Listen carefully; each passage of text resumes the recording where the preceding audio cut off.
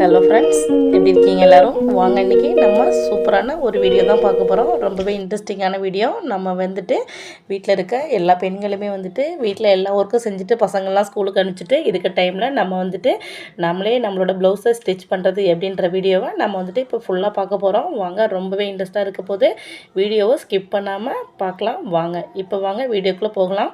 நான் ஒரு 1 வீக்கு முன்னால் நான் என்ன ப்ளவுஸுக்காக கட் பண்ணியிருக்கிறத வீடியோ போட்டேன். நீங்கள் போய்ட்டு பாருங்கள், டிஸ்கிரிப்ஷனில் லிங்க் கொடுக்குறேன், பாருங்கள். நம்ம இப்போ ஹேண்ட் இருக்குது பார்த்தீங்களா? ஃபஸ்ட்டு ஹேண்ட் 1/2 இன்ச்சு மடிச்சுட்டு நம்ம ஃபஸ்ட்டு அடிச்சுக்கலாம். பார்த்தீங்களா? நம்ம ஹேண்டில் ரைட் சைடு தனியாக, லெஃப்ட் சைடு தனியாக நம்ம மார்க் பண்ணியிருப்போம் இல்லையா?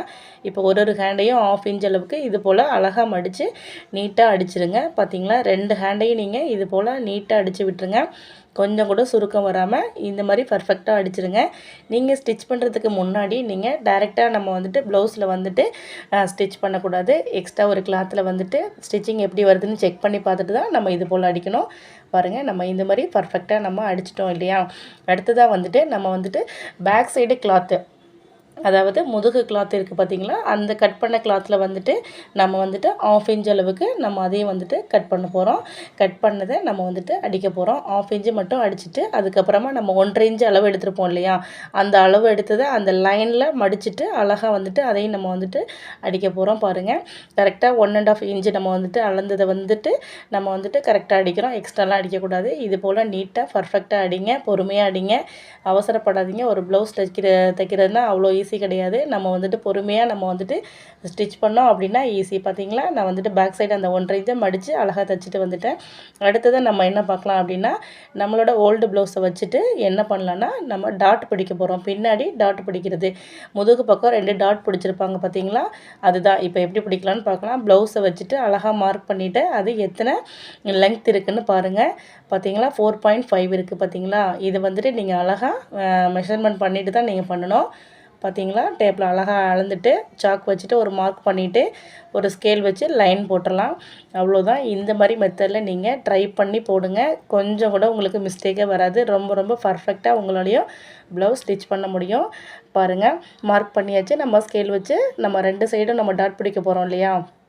2 சைடும் அழகாக மார்க் பண்ணிவிட்டு லைன் போட்டு விட்டுடலாம். இந்த மாதிரி நீங்கள் மார்க் பண்ணி போட்டால் தான் கரெக்டாக இருக்கும். அதுக்கப்புறம் நீங்கள் மார்க் பண்ணதுக்கப்புறம் ஒரு 1/2 இன்ச்சு அங்கிட்டு சைடில் கீழே டாட் பிடிக்கிறதுக்கு 1/2 இன்ச்சு சைடில் விட்டுருங்க. பார்த்தீங்களா? எல்லாத்தையும் சேர்த்து இப்போ லைன் போட்டுட்டு நம்ம இதை எப்படி ஸ்டிச் பண்ணலான்றதையும் நான் சொல்கிறேன். நீங்கள் ஸ்கிப் பண்ணாதீங்க, ஃபுல்லாக பாருங்கள். அப்போ தான் உங்களுக்கு உங்களாலேயும் ஸ்டிச் பண்ண முடியுன்ற ஒரு நம்பிக்கை வரும். நீங்களும் ஸ்டிச் பண்ணி பார்க்கலாம். எந்த மிஸ்டேக்கும் வராது. கண்டிப்பாக நீங்கள் நல்லா ஸ்டிச் பண்ணுவீங்க. இப்போ ஒரு சைடு நம்ம அளந்துட்டோம், இன்னொரு சைடு நம்ம அதே இதை ஈக்குவல் பண்ணி போட்டுடலாமான்றது கிடையாது. நம்ம ஃபஸ்ட்டு டைம் நம்ம ஸ்டிச் பண்ணுறதுனால ஒன்றுமே பார்த்து பர்ஃபெக்டாக பண்ணால் தான் நம்மளுக்கு கரெக்டாக வரும். பார்த்தீங்களா?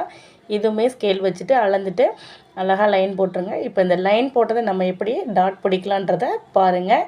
அதை நம்ம 1/2 இன்ச்சு விட்டுருக்கோம் இல்லையா? அதை அழகாக மடித்து எடுத்துகிட்டு பாருங்கள், இந்தளவுக்கு பர்ஃபெக்டாக லைன் போட்டிங்க இல்லையா? இது அழகாக 1/2 இன்ச்சு மடிச்சுட்டு தான் நீங்கள் ஸ்டிச் பண்ண போகிறீங்க. பாருங்கள், ஸ்கிப் பண்ணாதீங்க, ஃபுல்லாக பாருங்கள். அப்போ தான் உங்களுக்கு தெளிவாக புரியும்.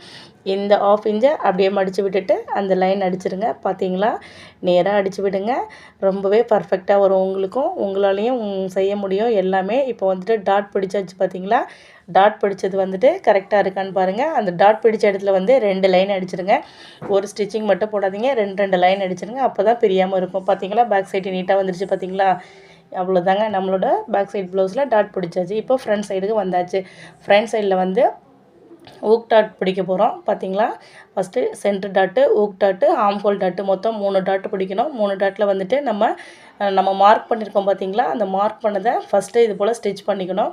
ஒரு ஸ்டிச்சிங் ஃபஸ்ட்டு போட்டு கரெக்டாக வந்திருக்கான்னு பாருங்கள். நீங்கள் ஸ்டிச்சிங் போடும்போதே ஃபஸ்ட்டே லாக் போட்டுருங்க. அப்போ தான் பிரியாது. இந்த மாதிரி பர்ஃபெக்டாக வரும். பார்த்தீங்களா? அடுத்து ஊக் டாட் பிடிங்க. சென்டர் டாட் ஃபஸ்ட்டு பிடிச்சிட்டு அதுக்கப்புறம் ஊக் டாட் பிடிங்க. ஊக் டாட் பிடிச்சிட்டு ஆம்ஹோல் டாட் பிடிங்க. 3 டாட்டு பிடிச்சதுக்கப்புறமா ஸ்டிச்சிங்லாம் கரெக்டாக இது போல் பர்ஃபெக்டாக வந்திருக்கான்னு செக் பண்ணிக்கோங்க. பார்த்தீங்கன்னா நம்ம 3 டாட்டும் நல்லாவே பிடிச்சாச்சு. அப்போ தான் கப் சேஃப் நம்மளுக்கு சூப்பராக வரும். பார்த்தீங்களா?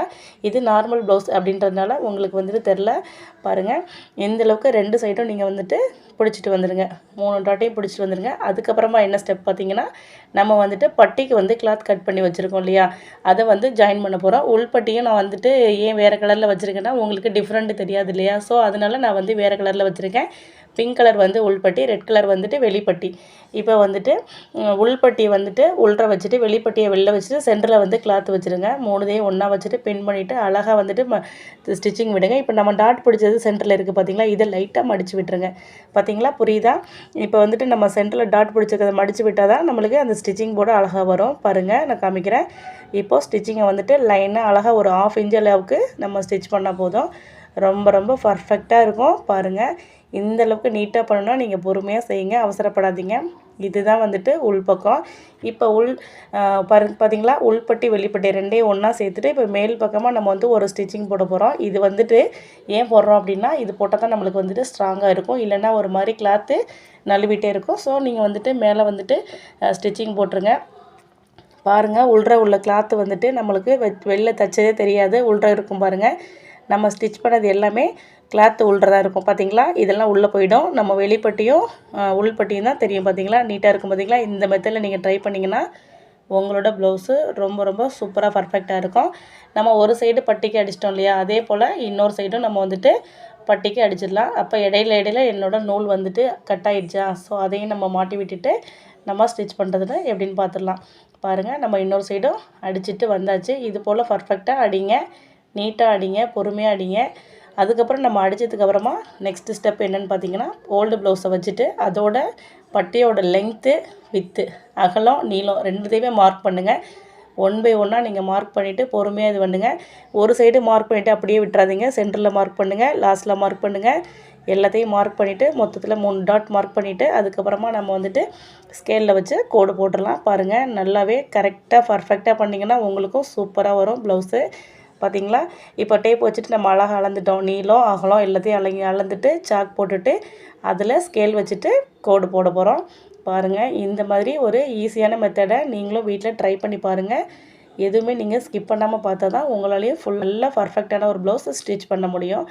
இப்போ நம்ம மார்க் பண்ணோம் இல்லையா, அதெல்லாம் அழகாக லைன் போட்டு கோடு போட்டுடலாம். இதே அழகை வச்சு நம்ம இன்னொரு பட்டிக்கும் நம்ம வந்துட்டு கோடு போட தேவையில்லை. அதே கிளாத்தை மேலே போட்டு இப்படி அடித்து விட்டிங்கன்னா அதில் அச்சு வந்துடும். அதை வச்சு நம்ம ஸ்கேல் போட்டு லைன் போட்டுடலாம். பார்த்திங்களா, இந்த மெத்தடை நீங்கள் ட்ரை பண்ணி பாருங்கள், சூப்பராக வரும். நம்மளுக்கு கொஞ்சம் கூட அளவு வந்து மாறவே மாறாது. நம்ம அந்த சாக் போட்டிருக்கோம் இல்லையா கீழே, அந்த அளவுக்கு நீங்கள் மடித்து விட்டுருங்க. மடித்து விட்டுட்டு பின் போட்டுருங்க. பின் போட்டால் தான் நம்ம அந்தளவுக்கு கரெக்டாக ஸ்டிச்சிங் பண்ண முடியும். பார்த்திங்களா, 2 சைடு அது போல் மடித்து விட்டுட்டு அழகாக ஸ்டிச்சிங் போட போகிறோம். பாருங்கள், கரெக்டாக மடித்து விடுங்க. அப்போ தான் நம்மளுக்கு கரெக்டாக இருக்கும் ஸ்டிச்சிங்கு. நீங்கள் கொஞ்சம் கூட குறைச்சி பண்ணிங்கன்னா கொஞ்சம் வந்துட்டு சொதப்பிடும். பார்த்துக்கோங்க, தெளிவாக பாருங்கள், நல்லா பண்ணுங்கள். மடித்து விட்டிங்களா, இப்போ நம்ம மடித்து விட்ட அளவுக்கு நம்ம போட்டிருக்க பின்னெல்லாம் எடுத்துகிட்டு நம்ம வந்துட்டு ஸ்டிச்சிங் போட்டுக்கலாம். பார்த்திங்களா, ஸ்ட்ரைட்டாக அடிங்க. நல்லா கரெக்டாக வந்திருக்கு. பார்த்திங்களா, முடிச்சாச்சு. அவ்வளோதான், நம்மளோட பட்டி ஒர்க்கு முடிச்சது. லெஃப்ட் பக்கம் வந்துட்டு ஐப்பட்டி வைக்க போகிறோம், ரைட் சைடு வந்து ஊக்பட்டி வைக்க போகிறோம். இப்போ வந்துட்டு நான் வந்துட்டு லெஃப்ட் சைடு ஐப்பட்டிக்காண்டி ஒரு கிளாத்து ஒரு 2 இன்ச் அளவுக்கு கிளாத்து வந்துட்டு கட் பண்ணி வச்சுருக்கேன். அதுதான் இப்போ ஜாயின் பண்ணிகிட்ருக்கேன். ஃபஸ்ட்டு அடித்து விட்டுட்டு அது எப்படிலாம் நான் ஜாயின் பண்ணுறேன்னு பாருங்கள். ஊக்பட்டி ஐப்பட்டி வைக்கிறதுக்கு தனியாக நான் வீடியோ அப்லோடு பண்ணுறேன். இப்போதைக்கு நீங்கள் இந்த வீடியோ பாருங்கள்.